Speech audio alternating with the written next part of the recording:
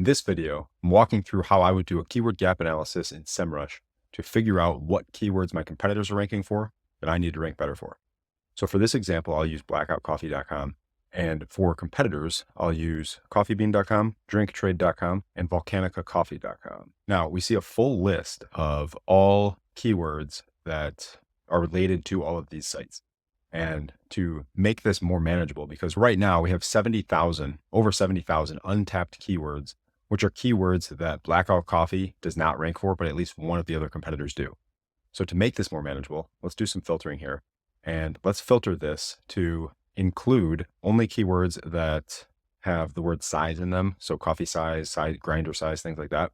And then we'll also look for commercial intent keywords and keyword difficulty in the very easy range to start. And then we'll click on untapped, which will show keywords that, again, we have no rankings for, but at least one of the competitors does. I see best grind size for espresso grind size chart, coffee bag sizes. So to me, a good article potentially would be something like espresso grind size chart. It shows difficulty relatively easy, 140 searches per month, and has both commercial and informational intent. So what I would do next is take that keyword and look and see if it is even existing on the target site. So your website in this case, and look and see what kind of content is on that page. And you can see here for Blackout Coffee, they have a page that is somewhat optimized for grind size. And they do have espresso on this page as well. Now it's not well optimized, of course, which is one of the reasons why they're not ranking well for this key phrase. So what I would do next is go into Surfer and look at an audit here from a content perspective and see what is going on with these competitors. What kind of content do they have? How much content? What keyword density they have? And if you're unfamiliar with this tool here, essentially what I do is I put the key phrase into Surfer, and then I put the URL on the website that we want to rank better for. And this gives us a list of an expected range of the top 5 ranking sites on Google, what they're doing well in terms of content, the content length, content keyword density, H tags, title length, description length, things like that. So in terms of content length, if we look at the expected chart here, you could see the top 5 ranking sites, how much content each of their pages has compared to Blackout Coffee has 338 words of content. So adding additional content on this page would not only make it easier for us to rank for those keywords and phrases that are within the content, but it would put us into the expected range of what Google is currently ranking on page 1 for this key phrase. And then we could also add in alternative keywords like coffee grind size and things like that, which have additional search volume as well. And then the one other element to look at would be title length, of course, making sure the title is optimized correctly and not too long, because their title is currently optimized as Coffee Grinders Part 3, a visual guide to grind size.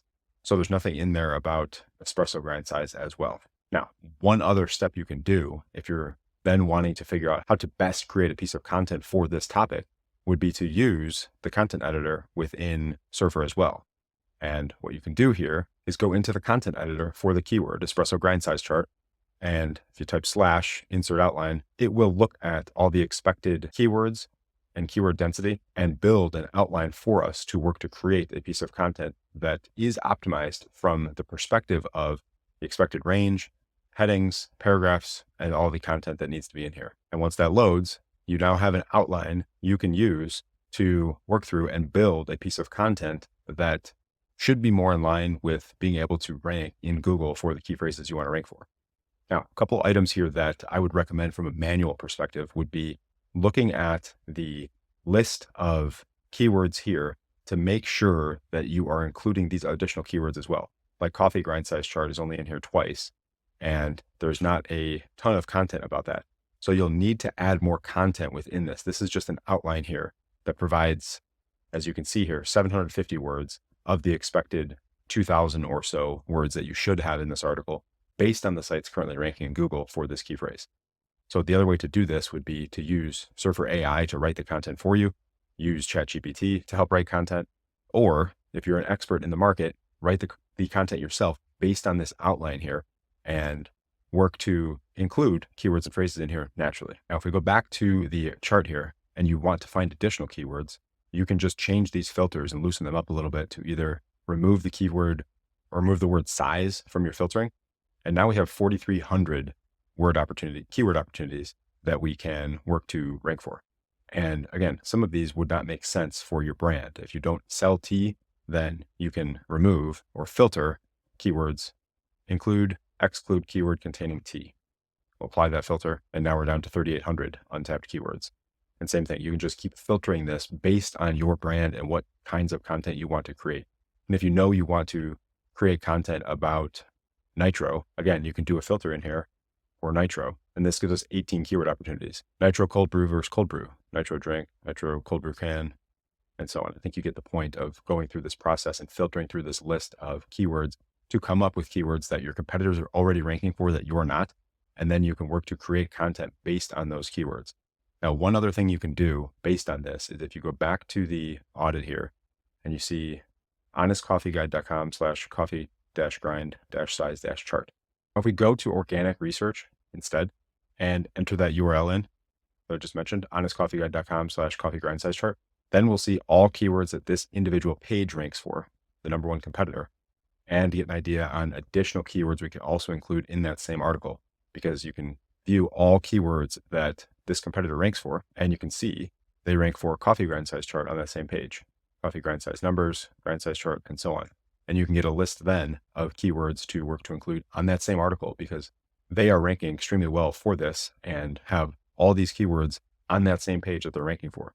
And here is one of the reasons why doing SEO the correct way allows you to build a single page of content that could rank for 1,000+ keywords and get traffic every single month that is super targeted and relevant, and the content matches the user search intent as well. And again, you can run back through this filter then with each of these other competitor sites and then filter that list to get an idea of what keywords they're all ranking for in their same article, so that you can then target that and then continue working through this process to target and build new content, new articles that people are actually searching for and want to rank for. And that is how I would do a keyword gap analysis using Semrush to find keywords that my competitors are ranking for that I'm not, and then work to build content around those keywords so that we can capture those rankings and that traffic as well. Hopefully you got some value from this, and I'll see you in the next one.